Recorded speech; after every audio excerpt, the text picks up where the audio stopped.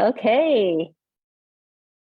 Welcome, everybody. I am Coach Loretta, and we're here with Trail Run Coaching tonight. And tonight we're having a question and answer with a couple of sports registered dietitians, Kylie and Nicole. And I'm going to let them introduce ourselves, and then we're going to get right to some questions. Kylie, would you like to start out? Sure, yeah. I'm Kylie Van Horn, and I am the owner of Fly Nutrition, which works with endurance athletes, everyone from skiers to triathletes and ultra runners. I'm based near Aspen, Colorado, but I do mostly virtual work and also write for Trail Runner magazine and Women's Running.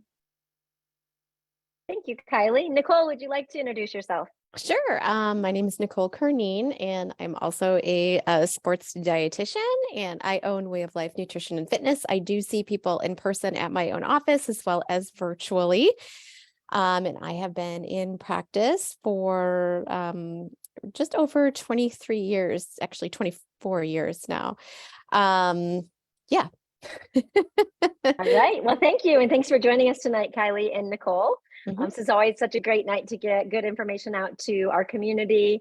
So we have questions that were submitted by people, and you're welcome to drop questions in the chat. If we don't get to them now, we'll get to them later. But thanks again for joining us. So I'm going to start us out with, there's some pretty big topics in here. So we're going to do our best to kind of give you a little pieces to go in there, but also remember, we do provide consultations with our dietitians, and we also have nutrition coaching available through Trail Run Coaching. So if you don't get the information you need and you need stuff that's more specific to you, feel free to reach out to me and we can get you set up.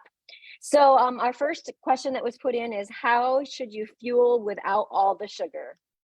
And I'm thinking they're probably meaning during a race. Yeah, so more marathon related than ultra? I'm guessing most of our audience is ultra, so I'm going to go with ultra.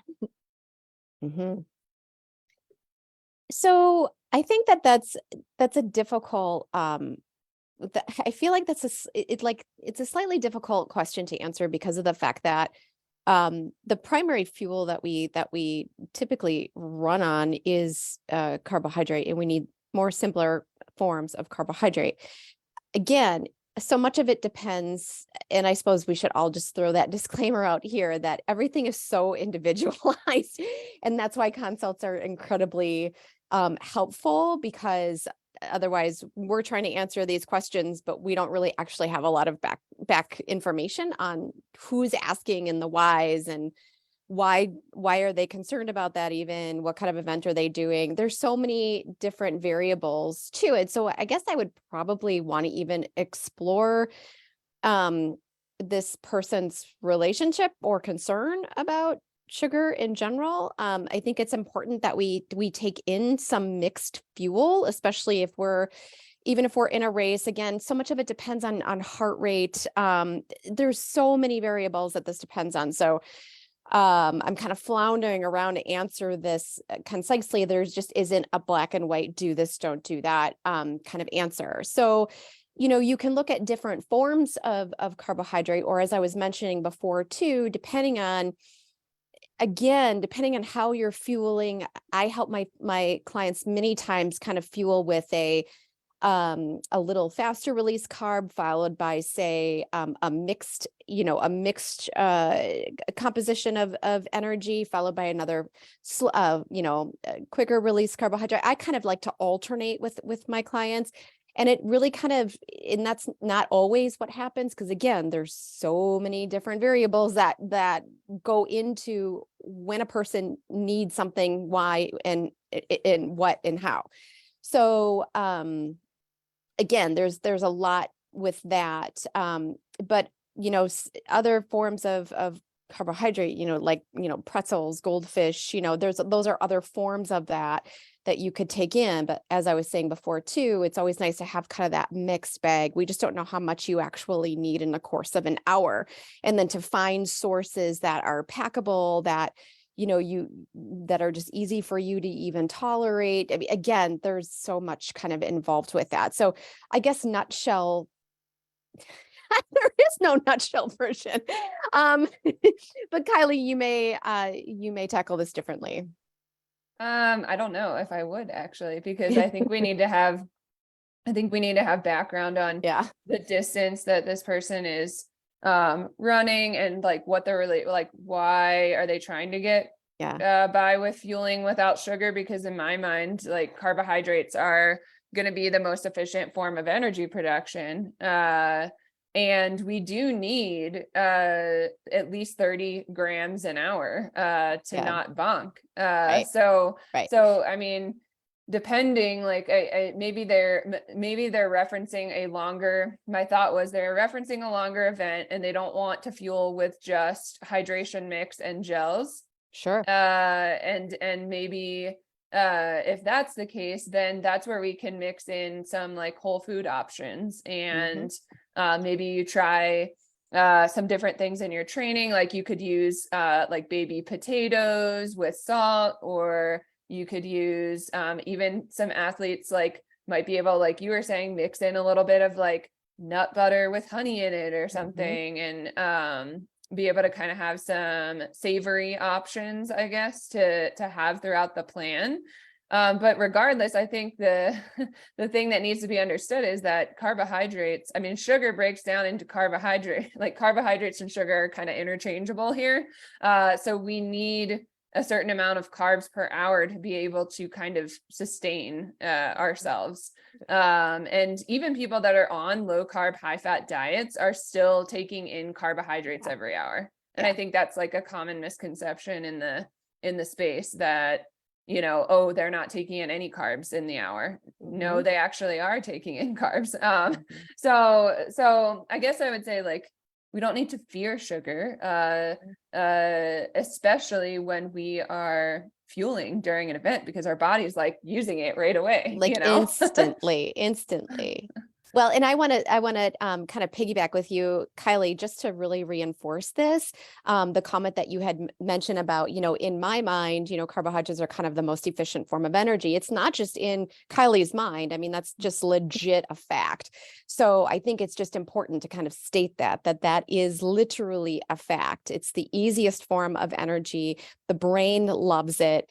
And our muscles really need it if we want to have any kind of stamina, power, and as Kylie was also saying too, you know, the ability to not punk. So, yeah. Thank you. I think you guys did a great job with that, because it is a really broad question, but I also kind of want to bring it back around because we do offer race day fueling sessions. So I think this could be a good thing to work out with a dietitian, and thinking about what your fueling is going to be for your pre-run, your during your race and post-run, and thinking about what kind of fueling that you need, I think would be helpful to really narrow that down with a dietitian. And I recommend my athletes as much as possible to go and do that, especially if you're doing these big events like hundreds. I mean, fueling and hydration are key to not bonking, to success in these races. So it's really important to get it dialed in and to be practicing along the way. And you don't want to start changing things up or practicing 2 weeks out from the race. You know, you really need to have some time to figure it out. And I think both Nicole and Kylie has really mentioned today is that it's super individualized. So we can't always just do what our friend is doing, because it might not work for you. So, you know, you really need to, you know, try different things and see what works best for you. So that's my 2 cents, non-RD. So, okay, the next question we have, and we've brought this up on previous Q&As. So I think it's something that's really talked about out there. So I think it is a good question to chat a little bit about, but it is thoughts on salt intake during races. This person says, some say good, others say you're just dehydrating yourself when in liquid form. I personally haven't heard it stated like that. Maybe the two of you have. So who would like to take it first? I can start. I think honestly, there has been a little bit of debate in the space lately on like how much sodium you really need every hour. But in regards to, do we need some, especially for longer events? I think, like, yes, we do need some sodium intake during our training and racing. The amount is going to be, yes, individualized, because everyone has their own sodium sweat concentration rate. And I think the danger becomes when we start kind of overdoing it with sodium. That might be what this person's referencing, where they're like, I know I've worked with a bunch of athletes that will take in a bunch of salt pills, but they're not really paying attention to how many they're taking in every hour. And if we're taking in too much sodium, and especially not enough fluids, that can actually cause some GI issues and cause some fluid gradient issues and utilization of fueling issues. So it does need to be, oftentimes I'll have my athletes do some fluid loss testing to kind of see, get an idea of how much fluids per hour they're losing. And then, the generalized rec is 250 to 500 milligrams of sodium per hour. But if you want something more personalized, you can try to consider doing maybe a sodium sweat concentration test. And that's going to give you a better picture of how much sodium am I losing per hour or per liter. It depends on like what test you're doing as to what the results will state. And then that can give you a better sense of like whether you're actually a salty sweater or not, because unfortunately, sometimes like if you have salt crystals on your face, etc., that might not fully be indicative as to whether you're a salty sweater, like a really salty sweater or not, because it could be impacted by meals that you ate the day before, etc. So I think getting a clearer picture on that would be to do something like a Levelin at-home sweat test or precision hydration test to kind of get a better sense of how much you're losing every hour. Regardless, I think it's important to remember, like, if you're doing something that's shorter, like an hour race or something, you might not need a ton of sodium or a ton of salt. But if you are doing ultras, it does start to have a cumulative effect over time. So we need to have that component dialed in our fueling plan. So I don't know what your thoughts are on, if you have extra thoughts, Nicole, or. No, I think that you said it perfectly. Yeah, that's it. Okay. All right. Like, yeah. Good. Total support. Yes. Okay, awesome. We're all on the same page here. Okay. Yeah. The next question is really a big question. I'm assuming this is outside of sport. I'm assuming this is in day-to-day nutrition, but again, it's just my assumption because I just have the words that are written on the page. Yeah. So maybe you can give some tips about this. I'm not sure. How do you curb hunger when you've already eaten? So I personally, I find this question really interesting because again, it makes me want to ask many follow-up questions. Couple things. So right off the bat, I am concerned about, is this individual actually eating enough at previous meals, around their sport, if this is a sport person, and at the actual meal. Because what I'm hearing is that there's potential that there's an imbalance between two hormones called leptin and ghrelin. That's possible. My main concern, sorry, those are like hunger fullness hormones. My main concern would be what's kind of happening at each meal and or snack and or pre and post exercise or training in general. The other piece that I'm kind of curious about too is how quickly is someone eating? Sometimes if we're looking for like an instant, we want to feel a sensation of fullness. We're not going to get that. It will take roughly 15, 20-ish minutes for your body to actually be like register that you ate. So I'm kind of wondering, is there a quickness that's happening? Also, I would wonder then, what's the balance of the meal? Is there enough fat? Is there enough protein? Is there enough carbohydrate? Again, the question is truly the timing of everything that will determine what's needed at that particular meal. So this is an excellent question for somebody who's really interested in a real consult, because it's kind of a big deal. I'm certainly a big fan of not having people be hungry at all. That's, no matter what your goals are, there is no reason to be hungry except when it's time to be hungry and eat, So those would be my biggest things too. Also, is there enough hydration? Again, if we're underhydrated, it will come through as more hunger too. I mean, those are all other questions too. Just what is really going on here? So that's how I would answer that. Okay, thank you. Kylie, do you have anything to add to that? Pretty much the same answer as Nicole gave. But yeah, whenever I hear the words curbing hunger, I always think of like people being on diets or something, and like wanting to suppress like our natural hunger and fullness cues, which then can cause more long-term damage, in my opinion. Completely. Mm-hmm. So I think we just need to evaluate everything, like Nicole said, and especially like I get this question a lot from athletes in the evening. They're like, oh, I heard it's bad to eat in the evening, so what can I do to curb my hunger? And I'm like, well, you can have a snack, and also look at the rest of your day and what did you do throughout your day. And I think a lot of athletes are maybe underestimating what their needs are too. Even if somebody like is trying to lose weight, I still don't think it's a good practice to be like trying to curb hunger. I would focus on the other things that Nicole was talking about versus like kind of tampering down those cues.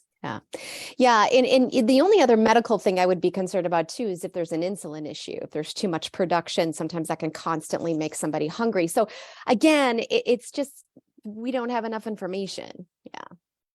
Okay, that's a good point. And another thing I'm just going to throw in there is when you do schedule a consultation with Nicole or Kylie, and if they get into some things that they're a little concerned medically, they also might refer you to see your physician to get some testing done to make sure everything is okay. So I think it's another good reason to sometimes have that consultation when you're not sure.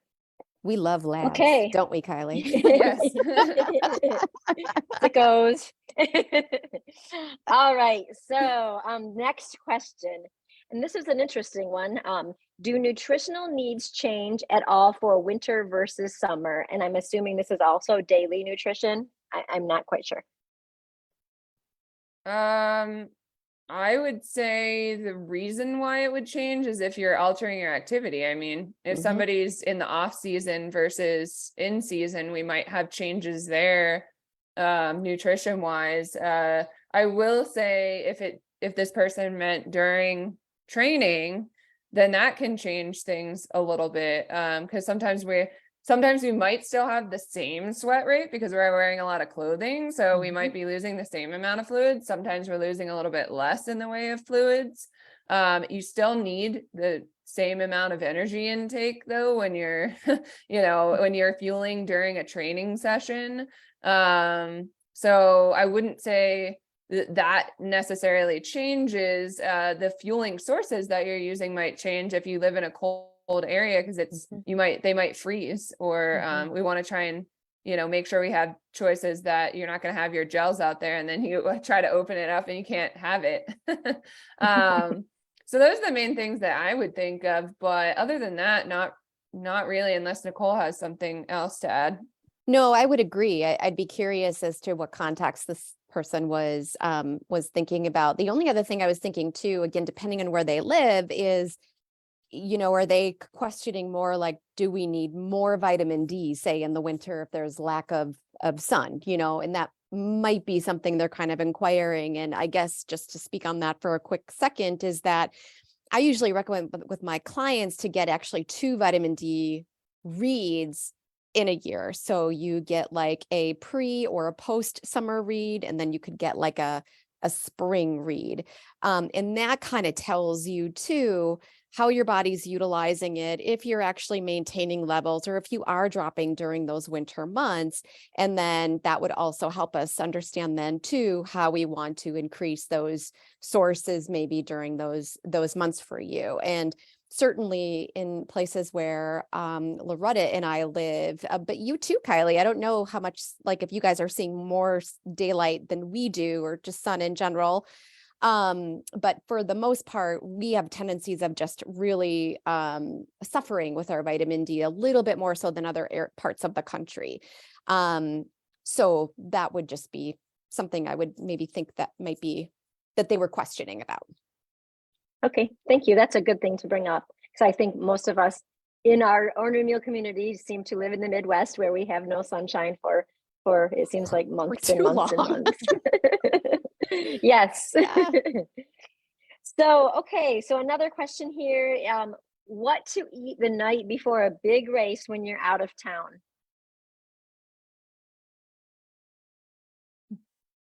I think it's going to be like the answer to all the other questions we said, it's going to be individualized. Yeah. I think that oftentimes everyone thinks of like 5 plates of pasta the night before a race. What I like to do with athletes is have them research ahead of time, like where they're staying and like what restaurants are available. Maybe you even want to make an early reservation if it's a big race, and think about we want to have more simple carbohydrates. We don't necessarily need 5 plates of pasta. If you have that and you're fine, great. But most people, that might cause some stomach distress. So, I usually say, why are we just looking at the meal the night before? Like we should look at leading up to the race and maybe making a plan for a couple of days in advance. And then that night meal, it doesn't need to be like that much different than some of our other meals that we're having leading up to the race. Now, again, like we're probably going to have a little bit more carb heavy, a little less protein and fat than we normally would, just because those are digested a little bit more slowly. But other than that, I would avoid fiber, a ton of fat, too much protein, and like spicy foods. Also going to throw in, be careful with seafood, because I had some teammates in college get food poisoning from seafood the night before a race. So just anyways, those are just some things I would think about. I don't know about like telling people like this is exactly what you need to eat, but just following certain guidelines, Yeah, and other things too. I mean, typically people wouldn't do this, but just to throw it out there for the heck of it. But anything that's like deep fried foods, again, sometimes that can instigate a little abdominal, issue just as far as GI stuff. Again, I was going to say like it depends on the type of fat, but that's what I also mean by deep fried, is deep fried can be just a little bit more irritating the night before. Because I think of nerves too. We have to kind of, we're going to have increased motility in general because of the nerve state. So even watching the volume of fiber the night before too. So, if you are used to eating, higher fiber, or sort of in general, maybe that's a great night to maybe just not do that, and if you don't eat pasta, that might be a night to have a pasta dish, right? Not 5 plates, right? Just regular, whatever, but yeah, that's what I would say too. And to Kylie's point as well, it's so important that, it's the night before. People always like carb loading and stuff. It's like there's an actual science behind that. And the whole thing is that we have to look at what's happening, not even just a few days before the race. I mean, that's super, super important, but how have you been fueling during your entire training? We go into a race, and I, like I tell a lot of my clients this, if we're tapering appropriately and maintaining how much we're eating, we are typically not asking people to weigh themselves, but just to have a concept in mind here, that we're several pounds over our regular weight by the time it is to race. And that's a good thing, because then we have, that isn't fat, that's just glycogen, that's water. We have resource, right, to rely on during stressful times, which is what you're putting your body into. So the last thing you want to do is be depleting and then like, I need to hyper fuel before. No, a body's not going to like that at all. It's going to be like, what are you doing to me, right? Because now we have to digest and we're not ready to digest, So again, that night before meal too, as Kylie was saying, just, bland, simple, easy, just fuel till you're satisfied. It's not like you need to go over and beyond. Thank you. Another thing that I like to do if I'm going to race out of town is to bring my own food that I'm comfortable with, rather than going to a restaurant, because sometimes for me, it just doesn't settle as well with my stomach. So I'm better off with going with things that I'm familiar with. So yeah, that's a good point too. Yeah. Lots of sensitivities. So yeah. Yep. Yep. All right. So we've answered most of the questions. I'm just going to throw, this is a really big one. And I think it's just something that is probably going to come down to more of a consultation, but somebody is looking for weight loss information. What would you say to that person? I would definitely say we need a consult. And I would also say, like, there is no one answer. I'd also say, like, if you're training for an event, that's not when this is happening. And also, what do you mean by weight loss? I mean, for me, it's fat loss. And is it really what you need? And again, it's an entire consult in general. Thank you. Kylee? Yeah, I think the main thing that I want to emphasize, what you said, Nicole, is like the time to do this is not leading up to a race, like within 2 to 3 months of a big event. Like you need to be strategic if this is actually a goal of yours, and then asking yourself why you want to do this. Because sometimes I just feel like a lot of us are walking through diet culture and looking and comparing ourselves to other people. And that doesn't necessarily mean that you need to lose weight. Right. So evaluating, your why behind things. And then if you are going to engage in it, I would suggest working with someone, because oftentimes you're going to be training throughout that time period, again, outside the racing window, but you want to be pretty careful and strategic with what you're doing, because you can put yourself at an injury, like compromised state by doing this, and especially doing it long term. So if anyone out there is listening and they've been on a diet for like a year, that's probably not a good thing. You really shouldn't be doing something like that long term, because it does affect your metabolism, and then it can also really affect your body processes, like your GI system. And we get a lot of athletes that are like, have all these food intolerances and allergies, and it's actually a result of them dieting and being underfueled for a very, very long time. So just like, if you are going to engage in it, then I would suggest working with someone that knows their stuff, and not necessarily just working with an influencer online. I would suggest working with somebody that has experience, that's a sports dietitian that works with endurance athletes, because they'll be able to help you with your needs, not just randommacros.com. Okay. Hello. Well, and definitely I agree with that wholeheartily. And the whole thing too, just to sort of say these words together, is that weight loss doesn't mean restriction. And so again, there is a lot there. It's a very complicated, complex sort of subject in general. And so again, there's a lot of different things that we're looking at with that individual, of even their current behavior patterns now. Because sometimes what they're doing now is still under eating, but it's low quality, or things are off in some way, yet calorically they're consuming hardly anything. And that alone is actually going to skew any form of weight loss, and will actually go into the other direction. And then we'll have to recover from that for a while. A body just will do anything and everything possible to not be in a restrictive state. It is so smart, because all it wants to do is survive. So the more you keep training it, or training yourself to be in a state of restriction, no matter if you're training or not, the more your body has to adjust to survive in that state. And so sometimes people have been doing this for so long that it's just this chronic place that they're in. And so that recovery to proper metabolic function, balance, thyroid, huge. Not saying thyroid's always compromised, but again, there's so many processes that are involved to also what Kylie's point was making too. So it isn't just, I want to lose weight, it's time to restrict. It's like, no, actually, it could be completely the opposite.